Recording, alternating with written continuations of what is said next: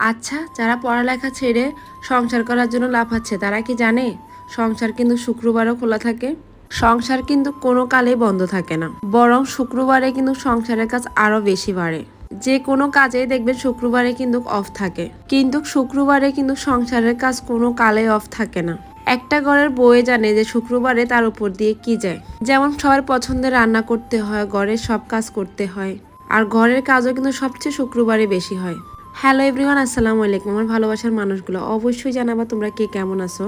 সকালবেলা ঘুম থেকে উঠে বানিয়ে ফেললাম আমার পছন্দের দুধ চা। আর চা না খেলে কিন্তু একদমই ভালো লাগে না, আর সেমাই বাজি। তো আজকে সকাল সকাল উঠছি, ভাবছি গ্যাসের মধ্যে তাড়াতাড়ি রান্না করব। 7টার দিকেও ঘুম থেকে উঠে গেছি, কিন্তু উঠে কিন্তু কোনো লাভই হয় নাই, পুরাই লস বলতে গেলে। আরও না ঘুমায়া সারাদিন মাথা ব্যথা করছে। তা আমি যেখানে একটা লাউ কেটে নিছি, অনেক দিন পরে আজকে লাউ খাবো। প্রায় 2 মাস 3 মাসের মতো হয়ে গেছে লাউ খাই নাই। সেই যে বাড়িতে খাইছি, বাড়িতে গাছ লাগাইছে আমার আব্বু, ওইখান থেকে লাউ খাওয়া হয়েছে, আর খাওয়া হয় নাই। লাউ তরকারি কিন্তু আমার কাছে অনেক বেশি ভালো লাগে। বাড়িতে কিন্তু সবসময় খাইতাম, আমার আম্মু অনেক রান্না করতো, আবার ঢাকাও নিয়ে আসতাম। আমি এখানে মাছ ভাজি করার জন্য মাছে হলুদ মরিচ সবকিছু দিয়ে সুন্দর করে মেখে নিচ্ছি। আর আমার ছেলে মেয়ে তো আমাকে খুব বেশি ডিস্টার্ব করতেছে। আসলে বাচ্চা কাচ্চা নিয়ে রান্না বান্না করা কিন্তু খুব কষ্ট হয়ে যায়। আর ছেলে তো একদমই আমার পিছ ছাড়ে না, বলতে গেলে আমার পিছে পিছে থাকে একদম সারাক্ষণ। মাছগুলো আমি একদম উল্টিয়ে নিচ্ছি, ভালো করে লাল লাল করে ভেজে নিচ্ছি, কারণ এই মাছটা যত বেশি ভাজি হয় তত বেশি ভালো লাগে। আর এখানে যেহেতু লাউ রান্না করবো, এখানে মাছের মাথাটা নিয়ে নিলাম লাউ রান্না করার জন্য। তো লাউ রান্না করার জন্য আমি এখানে পরিমাণ মতো তেল, তারপর হচ্ছে পেঁয়াজ রসুন সব কিছু দিয়ে দিলাম।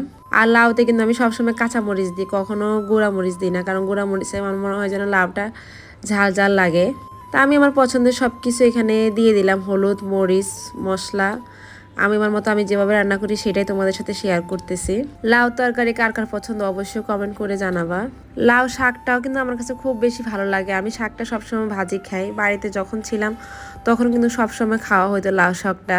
শীতকালে বাড়িতে এত পরিমাণে লাউ ধরছে, অনেক লাউ ধরছিল, অনেক মজা করে করে খাইতাম। শীতকালে কিন্তু আমার সবজি খেতে অনেক বেশি মজা। আমার লাউ রান্নাটা হয়ে গেছে, এখন লাউ নামিয়ে যে আমি এখন মাছটাকে সুন্দর করে টমেটো পেঁয়াজ রসুন দিয়ে কষিয়ে একদম বসিয়ে দিছি।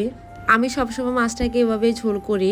শুধু এই মাছটা এভাবে রান্না করলে আপনি অনায়াসে 1 প্লেট ভাত খাইতে পারবেন। মাঝে মধ্যে আমি এভাবে রান্না করি, আবার তরকারি দিয়ে মাছও রান্না করি।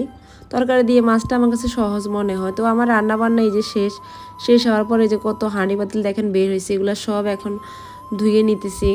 আসলে সংসারের কাজ করলে কিন্তু আমি মনে করি একদমই শেষ হয় না, শুধু কাজ বাড়তেই থাকে। আসলে জীবনটাই এমন, যখন পড়াশোনা করতাম তখন মনে করতাম সংসার জীবনটাই অনেক ভালো, সংসার জীবনেই চলে যাই।